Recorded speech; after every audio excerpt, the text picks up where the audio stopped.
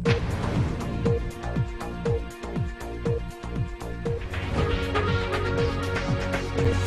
वालेकुम, welcome to my channel. आपकी host सबा मलिक। खबर शामिल करते हैं कराची से।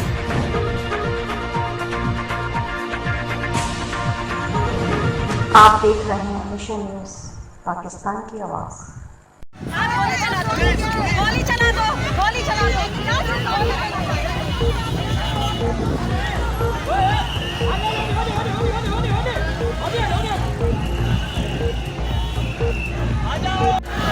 सिंध असम्बली पर एहतजाज करने वाले असातिज़ा सेम हाउस पहुंच गए।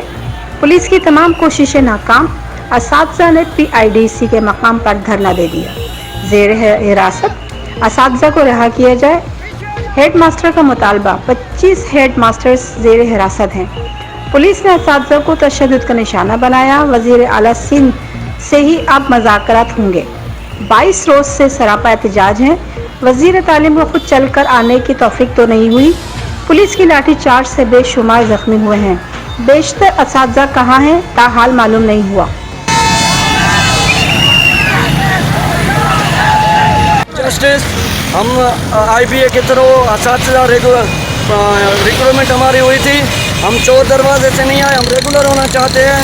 हम हक लेके रहेंगे। CM हाउस जाना चाह रहे हैं। CM से हम अपना हक मांगने जा रहे हैं, जो हमारा हक है। हम क्वालिफाइड है, हेड मास्टर है।